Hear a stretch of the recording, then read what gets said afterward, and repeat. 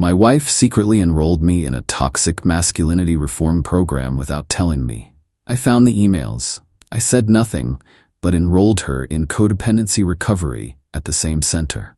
When we both showed up for orientation, the counselor had some interesting questions. I, 32 male, discovered my wife Ramona's 30 little scheme completely by accident. She'd left her email open on our shared laptop while she ran to the store. I was just trying to close tabs when I saw the subject line, Confirmation, Toxic Masculinity Intensive, Enrollment Complete. My name was right there. Starting date 2 weeks out. Cost $3,200.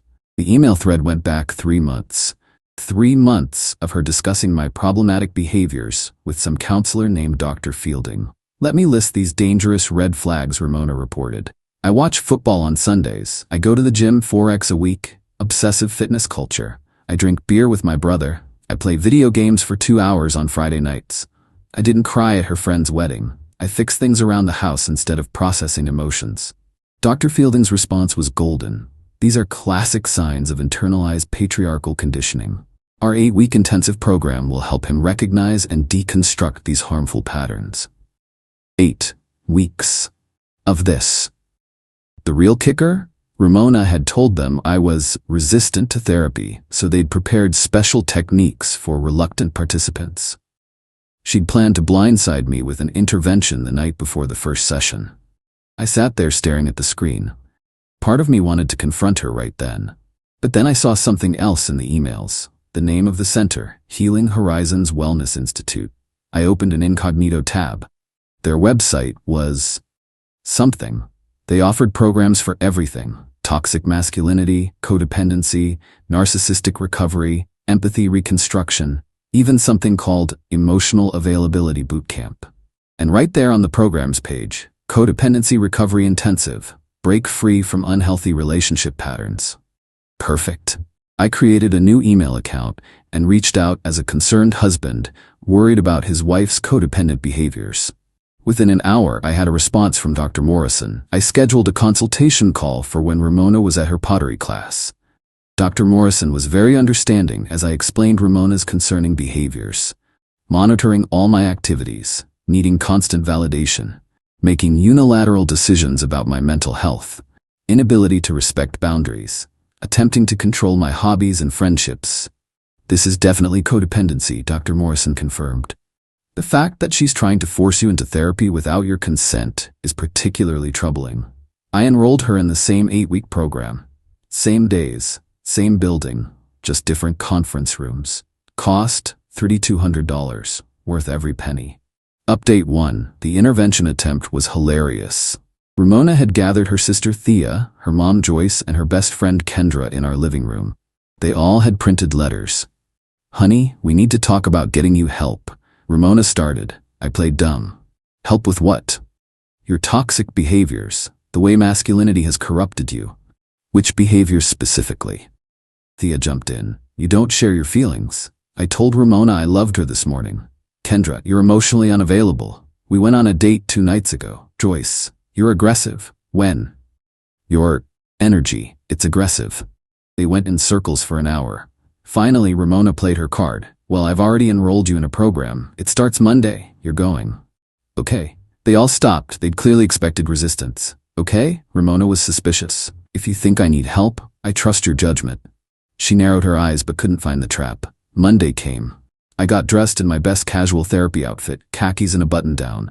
Ramona was buzzing around, nervous but excited. "I'm so proud of you for being open to this journey," she kept saying. "Hey, why don't we ride together?" I suggested. "Save gas."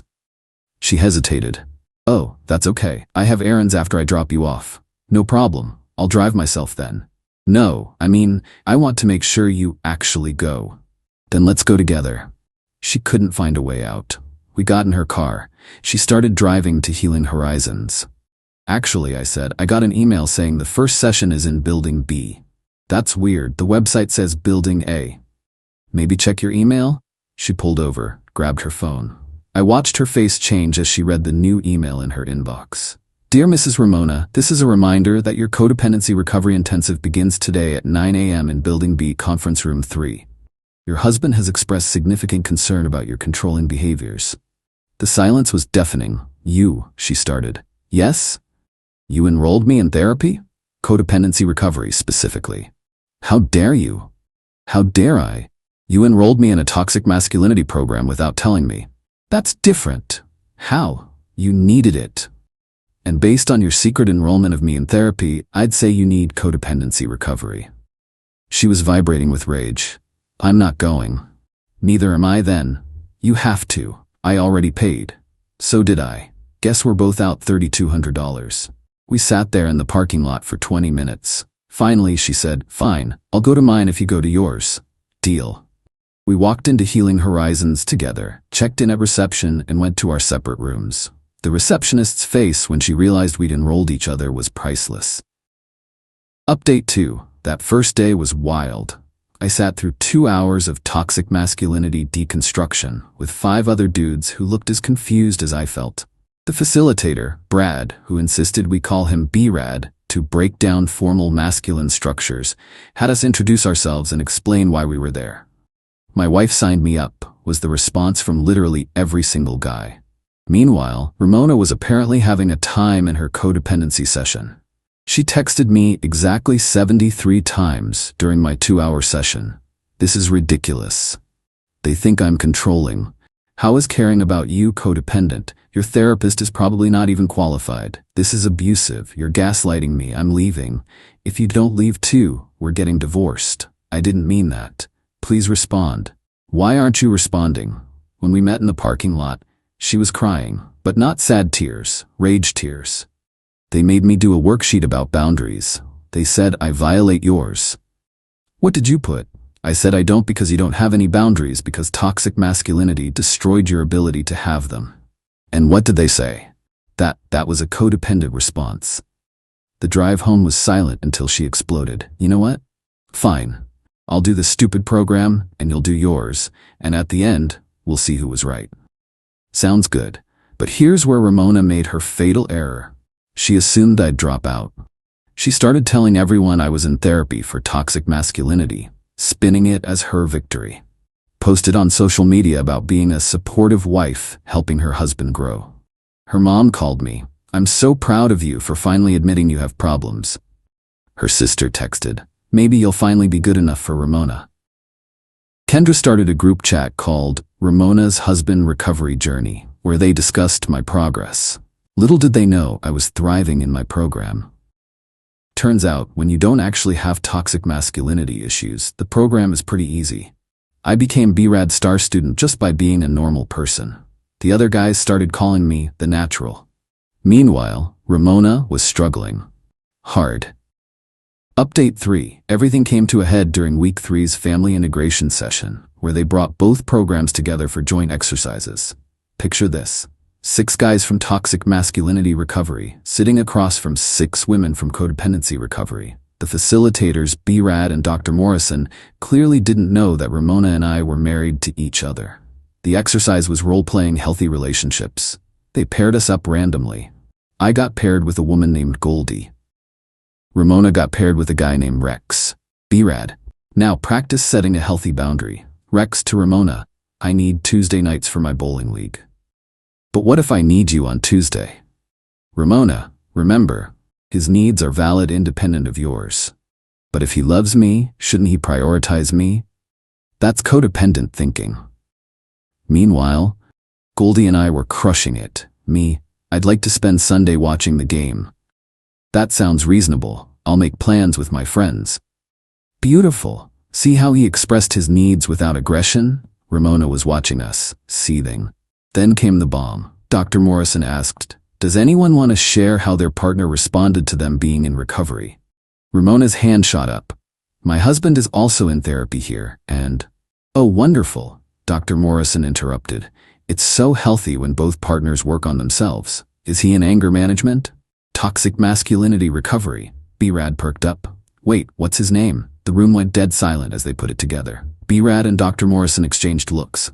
Dr. Morrison cleared her throat. Ramona, did you enroll your husband without his consent? For his own good. And, B-Rad looked at me, did you enroll your wife in response? I thought she could benefit from codependency recovery. The other participants were trying not to laugh. Rex actually said, damn, that's cold, and got a high five from two guys.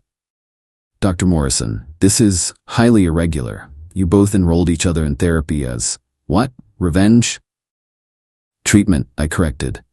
She diagnosed me with toxic masculinity. I diagnosed her with codependency. Neither of you are qualified to diagnose anyone. Ramona stood up. This is his fault. He's manipulating everyone. Dr. Morrison, Ramona, please sit down. This reaction is, don't therapize me. She stormed out. I stayed and finished the exercise with Goldie, who whispered, your wife seems fun. That night, Ramona went nuclear, called her mom, sister, Kendra, even her book club. Told them I was weaponizing therapy and making a mockery of mental health. Joyce called me immediately. How could you do this to Ramona? Do what? Get her help for her codependency. She's not codependent. Then why is she unable to let me make autonomous decisions? Because you make the wrong decisions. According to who? According to what's best for your marriage. Who determines that? Ramona, obviously. That's literally codependency, Joyce. She hung up. Update 4 week 5 was when everything shifted. Ramona had been hate attending her sessions, but something Dr. Morrison said finally hit home. I only know because Ramona came home and word vomited the entire session. Dr. Morrison asked me why I felt responsible for your feelings and behaviors. I said because I'm your wife. She said being a wife doesn't mean being your emotional manager. I said that's literally what marriage is. She said no, that's codependency.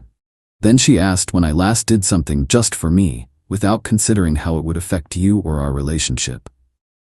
And I couldn't answer because everything I do is about us, or you, or making sure you're who I need you to be.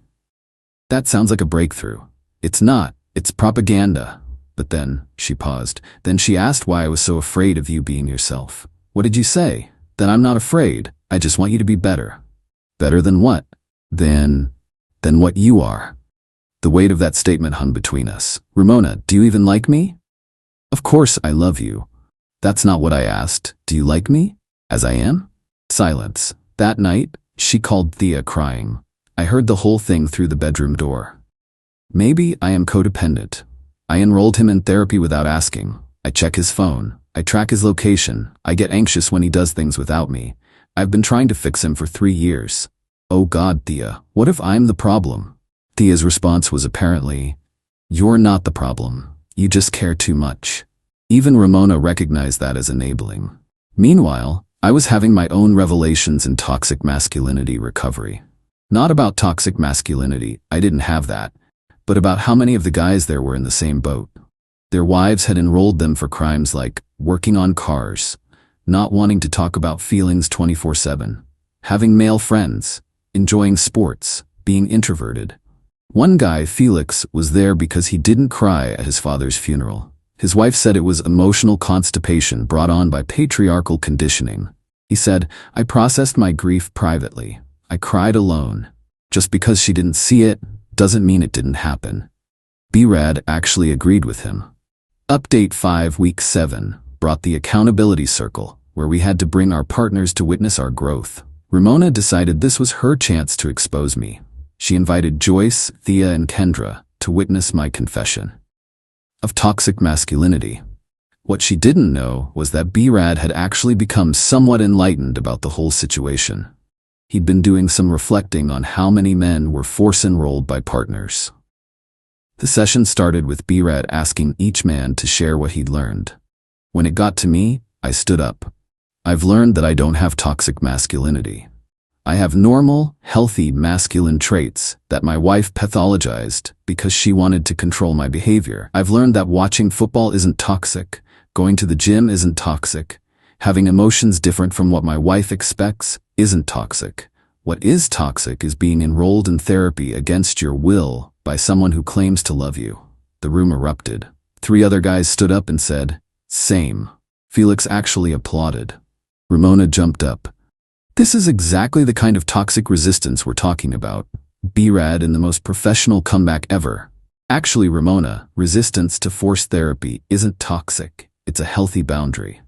Joyce tried to intervene. You're supposed to be fixing him. Ma'am, he doesn't need fixing. He needs a partner who accepts him. He's manipulated you. No, I think he's been manipulated into being here. Then Dr. Morrison walked in. She'd been watching from the doorway. "Ramona, we need to talk about your behavior right now." "My behavior? I'm supporting my husband." "You're attempting to control the narrative of his therapy. That's a codependent behavior we've discussed extensively." "This is gaslighting." "No, this is accountability."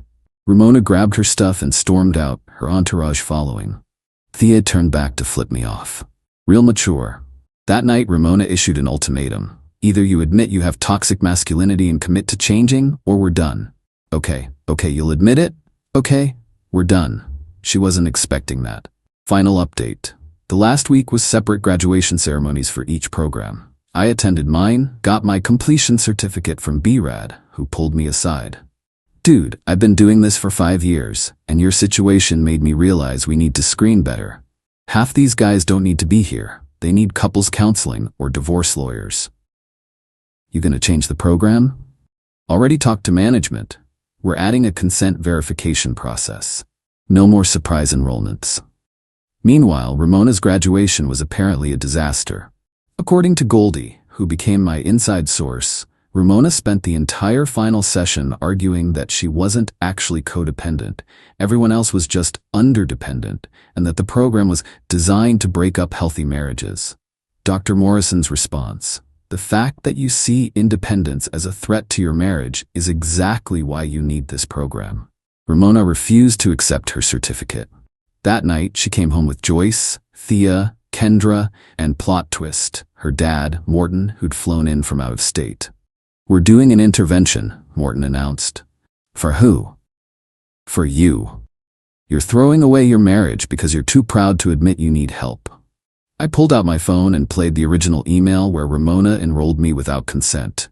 Then I played the audio I'd recorded of her admitting she wanted to fix me into someone else. Morton listened to the whole thing. Then he turned to Ramona. "You enrolled him secretly? For his own good. That's not okay, sweetheart. Dad, you're supposed to be on my side. I'm on the side of truth, and the truth is you tried to force him into therapy. That's not right." Joyce jumped in. "Morton, you don't understand." "I understand perfectly. My daughter tried to control her husband and it backfired." The room exploded into arguments. Thea called Morton a traitor. Kendra called me an abuser. Joyce said I'd poisoned Morton against them. In the chaos, I slipped out and went to my brother's place. The divorce papers were filed the next week. Ramona contested everything, claiming I'd emotionally abused her by enrolling her in therapy. The judge's response was beautiful. "Ma'am, you enrolled him first, secretly, without consent. He enrolled you openly in response. If anyone was abusive here, it wasn't him. We're divorced now." The Healing Horizons incident, as our friend group calls it, became legendary. The center actually sent me a thank you letter for helping them realize they needed better protocols. Ramona's still in therapy. Actual therapy this time, not performative programming. Last I heard, she enrolled her new boyfriend, Garrett, in emotional availability enhancement, without telling him. Some people never learn. As for me, I'm dating Quinn, a personal trainer who thinks it's perfectly fine that I watch football, go to the gym, and process emotions in my own way. She actually encourages my toxic hobby of working on cars. Imagine that. Joyce still sends me articles about toxic masculinity. I've blocked her on everything, but she prints them out and mails them. The dedication would be admirable if it wasn't so unhinged. Thea started a blog about surviving narcissistic ex-brothers-in-law. It has 4 readers, all family members. Kendra tried to warn Quinn about me. Quinn's response was to invite her to watch a football game with us, where Quinn outdrank, outate, and outcheered everyone. Kendra left at halftime looking scandalized. Morton and I actually grab beers sometimes. He apologized for Ramona and said, "I think I know where she got the controlling thing from." Joyce enrolled me in sensitivity training in 1993. I went for 1 session and never went back. Should have been a red flag. To everyone asking if I regret the petty enrollment revenge, absolutely not. It exposed exactly who Ramona was and saved me from years of being fixed. Also, B-Rad and I still text. He left Healing Horizons and started his own practice focused on helping men deal with controlling partners. He uses my story as a case study, with permission of course. The moral? If someone tries to secretly fix you, they're telling you exactly what they think of you. Believe them. And maybe enroll them in codependency recovery. Edit. Stop asking for Healing Horizons contact info. They've changed their policies and now require consent forms. Also, Dr. Morrison is actually excellent at her job. Ramona was just untreatable. Edit 2. To the people saying I should have just talked to her. I tried that for 3 years. Some people don't hear you until there are consequences, and even then they blame you for the consequences. Edit 3. Ramona, I know you're reading this because Goldie told me you asked her about it. Garrett's in my DMs asking about red flags. Just thought you should know.